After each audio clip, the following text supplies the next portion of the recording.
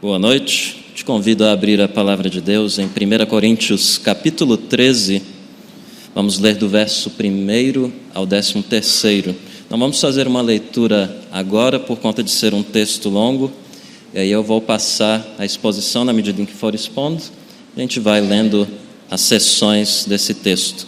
Antes então da leitura que nós vamos fazer, quero apenas trazer aqui uma ilustração referente a uma obra de arte feita por um francês, que é um barco. Se você pesquisar na internet depois, é um barco que ele está metade dele dentro da água e a outra metade fora da água. E esse barco, ele foi chamado, essa obra de arte, como Amor, que é uma referência crítica ao próprio amor. E a referência aqui é a referência inglesa de falar do amor, e trazendo para o contexto brasileiro seria mais ou menos assim: o amor, é o amor, né? Então, essa obra, por ser chamada de Amor, ela refere-se então a um fato aí que a sociedade já enxerga como que é o amor. Talvez por não saber o que é amor direito, ou pode ser meramente por alguma decepção, pode ser por qualquer outra questão, acaba entendendo de maneira errada o que é amor. Então aqui a importância de sabermos o que é o amor, então não chamá-lo de outra coisa por meio de outra coisa, se é que eu posso dizer assim. Dizer que paixão é amor, ou que emoção em sua totalidade é amor, ou coisa do tipo. Então, nessa noite eu quero falar com vocês sobre o fato de o amor não ser um barco furado. Se você prestar atenção no verso de número 1 ao 3, você vai perceber que o amor não é um barco furado por causa de sua necessidade. Mas só para você entender um pouco esse texto aqui, permita-me inseri-lo em um contexto mais amplo. Essa carta aqui, ela foi obviamente escrita pelo apóstolo Paulo. E essa carta aqui, ela foi escrita por volta de 54 depois de Cristo. E ela é uma das primeiras cartas que o apóstolo de Cristo escreveu. A cidade, eu não preciso entrar muito em detalhes, até porque o nome Corinto, ou corintianizar, já denota um estilo de vida pagão e bem pervertido. É praticamente um sinônimo de perversão a palavra coríntio, ou corintianizar, perverter, mais ou menos assim, pode ser uma das traduções. O contexto, então, é de uma cidade, nas palavras de um pastor lá de Brasília, o Marcos Alexandre, como se fosse a Disneylândia do sexo. É uma cidade bem pervertida, e é ali, então, que está inserido até mesmo o templo da deusa pagã do amor. Então você percebe que há um contexto aí que já remete a um amor entendido de maneira errada. Então, você tem que entender também algo mais antes de entender esse texto aqui. Versículo 1, antes dele, subindo um pouquinho, você tem aí uma pequena sentença que diz assim: eu passo a mostrar-vos ainda um caminho sobremodo excelente. Paulo fala disso daí porque no capítulo de número 12, ele está falando sobre o uso de dons. E a igreja de Corinto, se você já leu a Bíblia, é uma igreja que não sabe usar bem as suas habilidades concedidas pelo Espírito Santo. É uma igreja bastante pervertida, não só quanto à conduta, mas também na conduta, além da moral, a conduta quanto aos dons espirituais. E aí ela vem falando bastante sobre questão de línguas, é por isso que Paulo começa aqui esse texto falando de línguas, para depois então falar de várias outras coisas. Olhando o capítulo 14, você vê também que Paulo está falando de quê? De dons. Perceba, o capítulo 13 está como que colando essas duas sessões, sessão de número 12, sessão de número 14. Por quê? Porque dons precisam ser ligados por uma coisa que é chamada de amor. E é isso então que a gente vai ver aqui. O amor não como um barco furado, mas sim como um barco firme. E perceba que o amor não é um barco furado por causa de sua necessidade. Eu vou pedir para você ler junto comigo o verso de número 1 ao 3, que diz o seguinte: ainda que eu fale as línguas dos homens e dos anjos, se não tiver amor, serei como bronze que soa, ou como um símbolo que retine. Ainda que eu tenha o dom de profetizar e conheça todos os mistérios e toda a ciência, ainda que eu tenha tamanha fé a ponto de transportar montes, se não tiver amor, nada serei. E ainda que eu distribua todos os meus bens entre os pobres, e ainda que entregue o meu próprio corpo para ser queimado, se não tiver amor, nada disso me aproveitará. Então, o primeiro ponto aqui dessa pregação mostra que o amor não é um barco furado por causa de sua necessidade. Resumidamente, Paulo está falando que o amor no contexto eclesiástico e fora do contexto eclesiástico, para a vida inteira, que é toda espiritual, ela precisa desse amor. O amor é necessário. Karl Barth, um autor muito, assim como eu posso dizer, não conservador, se você for ler alguma coisa dele, tome cuidado. Ele diz uma coisa muito importante, ele acertou dessa vez aqui, quando ele fala do amor. Ele diz assim: só o amor vale, só o amor triunfa e só o amor perdura. Então, o amor é realmente necessário. Observando o verso 1, Paulo começa dizendo aí uma coisa que ele vai fazer, basicamente a mesma coisa no verso 2 e 3. Ele vai falar a mesma verdade com diferentes palavras. Note aí que todas as sentenças, elas são condicionais. Paulo está dizendo: se assim, portanto. Se assim, portanto. Se assim, portanto. Se tiver isso, mas não tiver amor, de nada vale.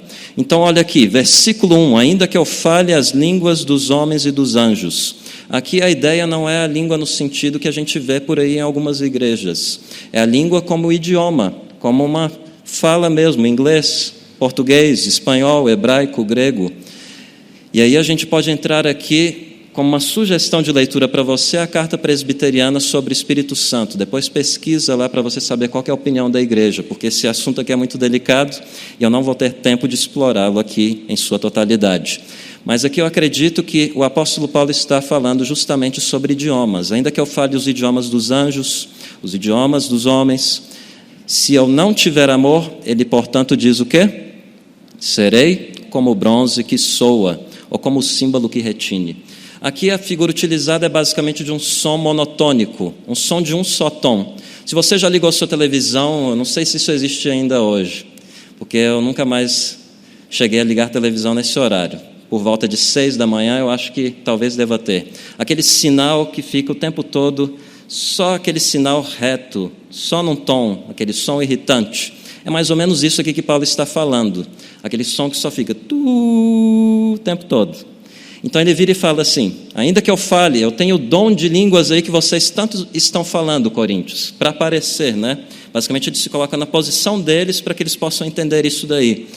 Ainda que vocês falem tudo isso daí que vocês estão dizendo que é dom de Deus mesmo, ainda que vocês falem tudo isso daí que ainda pode ser até língua de anjos, isso daí está uma bagunça. Ele está falando que o culto está uma bagunça, porque é um falando, o outro falando também, e assim sucessivamente.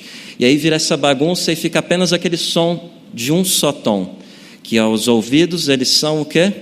Bastante irritantes. Se você só tem barulho, se você só fala, mas não tem amor naquilo que você fala, aplicando aqui para a fala cristã, se você não utiliza bem as suas palavras, pode ser até a verdade, mas você não fala essa verdade em amor, a verdade então acaba destruindo ao invés de edificar.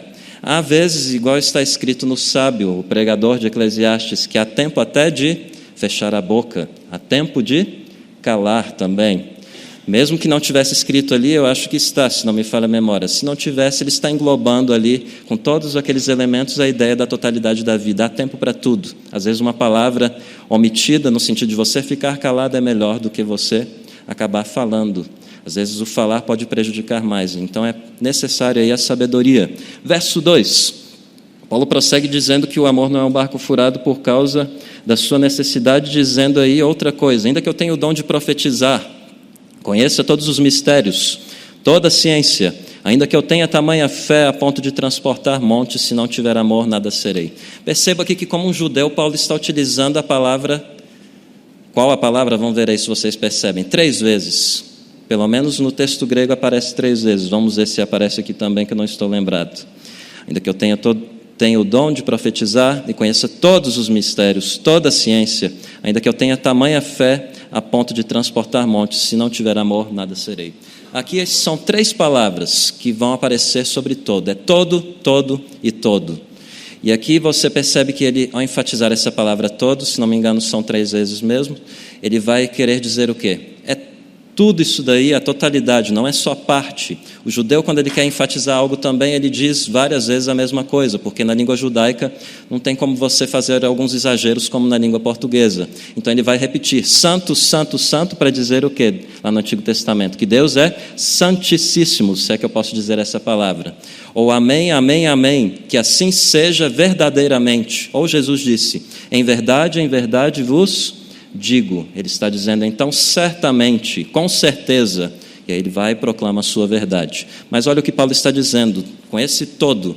Se eu estou dizendo que eu tenho todo o dom de profetizar, todos os mistérios, ele está falando assim, ainda que eu fosse Deus, para resumir aqui o argumento, ainda que eu tivesse todo o conhecimento, sabesse de todas as coisas, se não tiver amor, é inútil.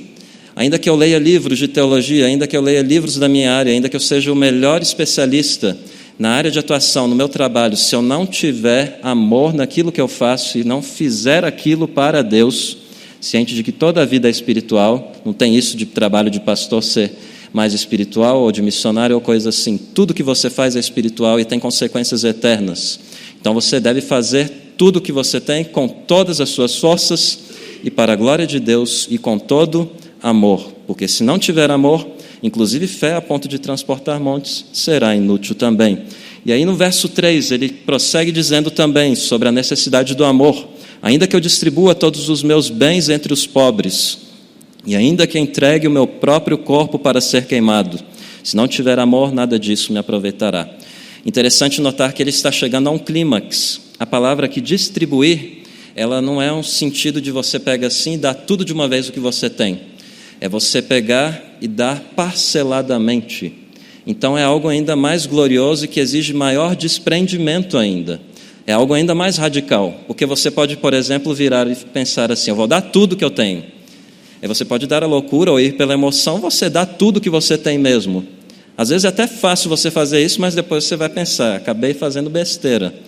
Mas quando você vai fazer as coisas, dar tudo parceladamente, você vai ter tempo para pensar, você vai ter dias e dias para ver como está a circunstância da sua vida, e isso vai exigir ainda um desapego ainda maior. Então, aqui é ainda mais radical do que meramente dar de uma vez, é dar parceladamente. E aí ele vai e chega num tópico aqui que é muito legal, porque ele fala assim, entregar o meu corpo para ser queimado. Aqui você tem duas traduções nesse texto. Você tem a família de manuscritos, suponhamos A, que é essa tradução, e você tem a família de manuscritos B, que é uma segunda tradução. Pessoalmente, eu vou optar pela segunda tradução, que eu vou dizer para vocês, por conta de ser queimado ser uma tradução que facilitou o texto. E aqui é uma das regras ao lidar com manuscritos. Geralmente, o mais difícil de ser entendido é o mais provável de ter sido escrito. Então, talvez um escriba facilitou esse texto e por isso essa família A veio com essa interpretação. Mas a ideia permanece basicamente a mesma, de um grande sacrifício. Mas por que não deve ser talvez queimar, na minha visão? Por conta de Paulo está falando de várias coisas que os coríntios tinham costume de fazer para o simples fato de quererem aparecer. Então, eles estão querendo estar em evidência. E aí Paulo vem e fala, creio eu, mais provavelmente a seguinte tradução: se eu entregar meu corpo para que eu possa me gloriar. Aí você pode entender, gloriar é algo esquisito. Geralmente quando a gente fala de alguém que se gloria, a gente não liga no sentido positivo, ou liga? A gente liga no sentido negativo. Mas Paulo ele está utilizando no sentido positivo. Por quê? Porque ele está falando do sofrimento. Se você abrir aí, por exemplo, em 2 Coríntios, capítulo 11, versículo 23 ao 29, e conferir junto também com o capítulo 12, versículo 10 dessa mesma segunda carta, você vai perceber que Paulo ele fala de se gloriar nos sofrimentos e se gloriar por sofrer pelo Evangelho. Então é algo belo. Então ele está falando assim: ainda que eu entregue o meu corpo para que eu possa me gloriar, ainda que eu entregue o meu corpo para trazer glória a Deus, e for apenas um ato vazio só de entrega e não tiver amor, o que isso vale? Nada, é inútil, vale menos do que um centavo, não tem nada de bom para Deus. E aqui eu quero trazer então uma ilustração do John Piper, que ele fala no livro Em Busca de Deus, sobre o costume de ele trazer a sua esposa todos os dias, os namorados, uma rosa ou um buquê de rosas. E ele vira e fala assim: toma aqui, meu bem. E aí ela vira toda alegre e fala: muito obrigada, Johnny, que ela tem costume de chamar ele por esse apelido, um diminutivo em inglês. E aí ele vira e fala assim: nada, isso é mais do que minha obrigação, é para você mesmo, estou fazendo desse jeito. O que ele fez ao fazer assim? Ele diminuiu a sua esposa, ele menosprezou e reduziu a vida cristã a mero dever, que é basicamente cair talvez até num perigo que pode ser chamado de legalismo, fazer as coisas por fazer, ou estabelecer uma meta, cumprir, quando eu cumpro eu me sinto bem, cheio de mim, não preciso de um Salvador, não preciso de justificação por um Deus, eu preciso de justificação pelas minhas próprias obras. Então é perigoso. Então você tem que ter não só atitude. Paulo está dizendo aqui: nada adianta só atitude. Eu sei que o amor é atitude, porque Deus amou o mundo de tal maneira que Ele deu. Amar é dar, amar é ação, mas não é só isso que Paulo está enfatizando aqui. Amar também envolve boa motivação, envolve a verdadeira intenção alinhada com a ação. Então o texto não para por aí, ele fala que o amor não é um barco furado por causa de sua necessidade, vimos isso, mas também por causa de sua qualidade. Vou pedir que vocês leiam aí também comigo, verso 4 ao 7, que diz o seguinte: o amor é paciente, é benigno, o amor não arde em ciúmes, não se ufana, não se ensoberbece, não se conduz inconvenientemente, não procura os seus interesses, não se exaspera, não se ressente do mal, não se alegra com a injustiça, mas regozija-se com a verdade. Tudo sofre, tudo crê, tudo espera, tudo suporta. Então o amor não é um barco furado por causa de sua qualidade. Francis Chan, no livro dele Louco Amor, ele fala assim: leia esse texto aí onde está escrito amor. Peço que você abaixe sua cabeça e veja na sua Bíblia aí. Onde está escrito amor, coloque o seu nome. Um grande desafio.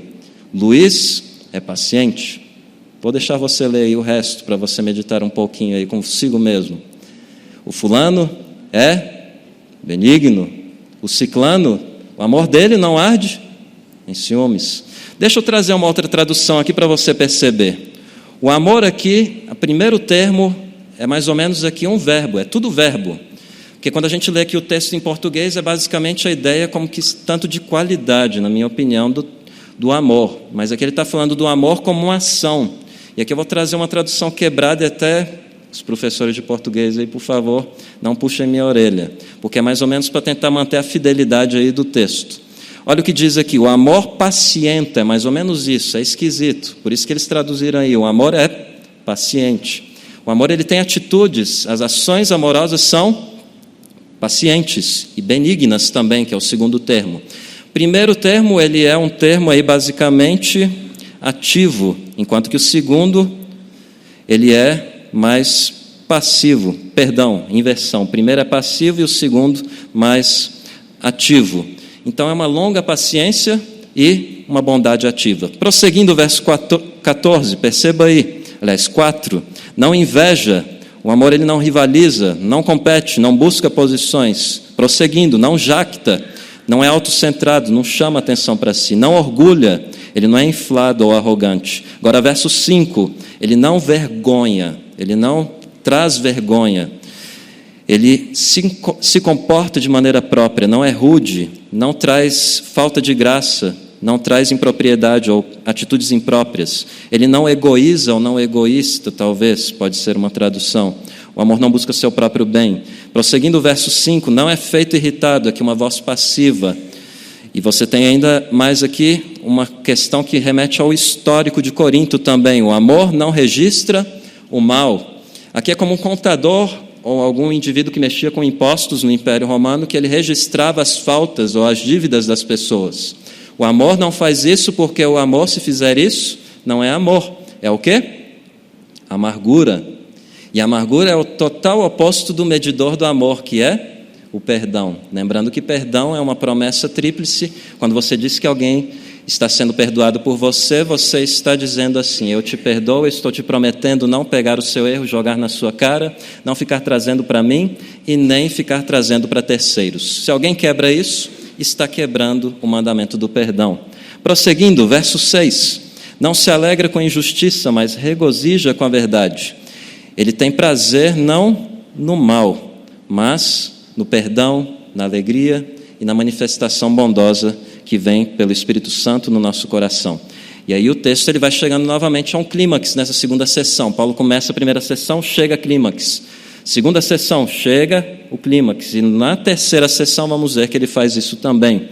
Aqui é um quiasmo. Quiasmo é basicamente uma estrutura literária, uma forma, um estilo que você coloca um documento, um texto, em que as pontas são paralelas e o meio também. Perceba aí, no versículo 7, que acaba refletindo a tríade do versículo 13. Tudo sofre, tudo suporta são sinônimos, então é um paralelo de sinônimos. E acreditar e esperar estão no meio, aí como se fosse também aquele centro da questão em importância aqui nesse trecho. E para resumir esse verso 7, eu vou citar aqui William Shakespeare, que diz assim: amor não é amor que altera quando encontra alteração. O amor, quando ele muda diante de circunstâncias diferentes, ele deixou de ser amor. O amor de Deus por nós, ele permanece para sempre, porque Deus é o mesmo ontem, é hoje e assim o será para sempre. Então o amor de Deus permanece sempre constante por seu povo, enquanto que quem não é povo dele, fica o aviso. E aí eu aproveito para dizer uma coisa muito importante: o amor de Deus não é incondicional. O amor de Deus, ele é cheio de condições. Deus, ele não pega e vem assim: venha do jeito que você está e continue do jeito que você está. Deus, ele fala assim: a condição para o meu amor é o meu filho, que é por amor derramado na cruz. Então, o amor é cheio de condições. Para vir até Deus, você precisa dessa condição maior, que é Jesus Cristo. Você precisa do Deus encarnado. Então, eu quero dizer aqui mais uma outra ilustração, para continuar e lembrar um pouco da qualidade do amor. Conta-se que alguns caipiras, alguns lá dos Estados Unidos, chegaram a ir para a cidade grande. E então, na cidade grande, entraram num grande prédio. E nesse prédio, que nós sabemos que é um shopping center, eles começaram a andar ali, o pai, a mãe, a filha e o filho. A mãe e a filha viram um negócio subindo, uma escada que mexia, que a gente sabe que são o quê? Exatamente. Então, elas subiram, enquanto que o pai e o filho caminharam numa parede que era cheia de portas, de lâminas. Nós chamamos de portas, mas para eles eram lâminas. E ali veio uma velhinha com uma bolsa vermelha, toda bagunçada, com um vestido todo maltratado. E aí ela entra naquela porta, aquele quadradinho, e eles ficaram pensando: como pode alguém querer entrar num lugar desse, que fecha e ficar lá dentro? E aí ela foi lá, depois de alguns segundos, desceu. E aí veio aquela loira bonita, veio aquela mulher com a mesma bolsa e com a mesma roupa, por incrível que pareça. E aí, o que aconteceu para o pai? Meu filho, vai lá, pega aquela mulher lá, aquela velha, e traz ela aqui para mim. Basicamente, eu estou querendo dizer com essa ilustração o quê? Que é o nosso jeito de fazer as coisas. A gente quer pegar de um jeitinho que Deus não faz e dar um cutucão em Deus ou em alguém e falar assim: vamos fazer um passe de mágica, essa pessoa vai mudar da noite para o dia. Paul Washer, o pregador batista, ele conta que quando veio para Cristo, e antes de Cristo ele era um grande mentiroso, e quando ele veio para Cristo ele continuou sendo um grande mentiroso por um bom tempo, enquanto a santificação não veio eliminando aos poucos isso daí. Tem gente que vem rapidamente e muda assim, da noite para o dia, mas ele foi indo um pouco mais devagar. Mas saiba que Deus está te segurando como um ioiô, mesmo que não pareça que você está crescendo em santidade, Ele está segurando você. Ele está subindo a escada, e pode parecer que está baixo você, mas Ele está subindo. Tem momentos na vida que são baixos mesmo, mas Deus está subindo e nos conduzindo cada vez mais à santidade, à semelhança de seu Filho. Prosseguindo, temos algo mais aí. A última sessão, do versículo 8 ao versículo 13, onde nós vamos mostrar que o amor não é um barco furado por causa da sua eternidade. Vou pedir que vocês leiam mais uma vez comigo, por favor, 8 ao 13. O amor jamais acaba, mas havendo profecias, desaparecerão, havendo línguas, cessarão, havendo ciência, passará, porque em parte conhecemos e em parte profetizamos. Quando, porém, vier o que é perfeito, então o que é em parte será aniquilado. Quando eu era menino, falava como menino, sentia como menino, pensava como menino. Quando cheguei a ser homem, desisti das coisas próprias de menino, porque agora vemos como em espelho, obscuramente. Então veremos face a face. Agora conheço em parte, então conhecerei como também sou conhecido. Agora, pois, permanecem a fé, a esperança e o amor. Estes três, porém, o maior destes é o amor. Perceba aqui que o amor não é um barco furado, portanto, por causa da sua eternidade. Paulo está fazendo agora um paralelo mais amplo sentido. Ele está fazendo uma referência ao começo do seu texto. E ele está fazendo o mesmo tipo de argumentação, falando várias coisas para dizer apenas uma verdade. Então, resumidamente, essa verdade aqui é basicamente a seguinte: a vida presente é comparada, se você prestou atenção na leitura, a uma criança. A vida agora aqui é comparada a uma criança. Ou é comparada ao ver alguém o quê? Em um espelho. Interessante notar que em Corinto havia muitos espelhos. E os espelhos, eles não eram tão assim nítidos como o espelho que você tem hoje na sua casa. Eles eram meio embaçados, você via basicamente formas tortuosas. Alguns teólogos vão dizer que esse texto está fazendo referência a esse fato de não se enxergar de maneira apropriada, mas aqui a ideia é de que na vida presente é você comparar igual Gordon Fee fala aqui sobre esse texto, de você tirar uma foto de alguém e a realidade de você ter alguém do seu lado. Ter a foto é a pessoa em si? Não, você não está vendo a pessoa do jeito que eu estou querendo dizer que você está vendo. Você está vendo, mas não vendo ela na tua frente. A ideia aqui, então, é de que a vida presente é como essa foto. Ela é uma vida, eu posso até chegar a arriscar dizer com uma palavra que não vai se encaixar tão bem, superficial, comparada à profundidade do que haverá de vir. Então, ele está pesando essas coisas aí e colocando na realidade, como se fosse puxar uma corda e pensar assim: esse pedacinho da minha unha é esses 70 anos que o salmista, talvez 80, 90 anos, tem aqui nessa terra. É só um pouquinho, e você vive essa vida aqui dos 70, dos 80, talvez 90, outros, a exceção da exceção, 100 anos. E aí, o que eles fazem? Gastam uma força louca aqui e esquecem de viver para tudo que vem depois aqui, a eternidade. Eu não estou dizendo que você vai ser aqueles crentes espirituaisões assim, que vai ficar rotando espiritualismo ou coisa do tipo, mas eu quero que você entenda e coloque o seu foco, a sua mente naquilo que é apropriado. C.S. Lewis, ele diz assim que os cristãos mais úteis que passaram na face da terra foram aqueles que não pensaram no presente, mas aqueles que pensaram no futuro. Porque olhando para a realidade futura, eles tomaram então força lá do futuro, baseado no Espírito Santo, em Deus e em Jesus, e na vida eterna com Ele, onde cada capítulo da história é cada vez melhor do que o anterior, e assim viveram para a eternidade. É isso que Paulo está falando aqui. Ele está pegando e mostrando assim: ainda que você viva essa vida aqui de certo modo, e vire assim e pense: eu cumpri tudo, eu deixei meus filhos educados aí, eu tive um bom casamento, eu tive um bom trabalho, estou satisfeito. Mas se você, ele está remetendo lá no começo, não pensou à luz da eternidade, do amor que te salva e te conduz à eternidade, o que acontece? De nada vale. Quando você vive lá na frente, aqui no presente, você acaba tendo mais consequência frutífera aqui também. Estou dizendo para a gente cair num ativismo, ou meramente depender da nossa própria força, mas também somos chamados à nossa responsabilidade. Se temos então o amor de Deus aí por nós, devemos dar valor a esse amor, o amor que foi colocado lá na cruz. Devemos então viver em resposta a esse amor. E aqui eu quero mostrar a eternidade desse amor com mais uma outra ilustração, a última do sermão, que diz respeito a uma senhora que era casada também com um João, né? E todo dia dos namorados também ela recebia flores, rosas bem vermelhas. E aí, toda vez que ela abria aquele buquê lá, o bilhete do buquê, ela via naquele bilhete escrito mais ou menos assim: meu amor por você cresce. Chegou um momento, né, depois de alguns 40 anos de casamento, 4 filhos, se não me falha a memória, ele partiu, ela ficou. E aí, chega no primeiro dia dos namorados um buquê.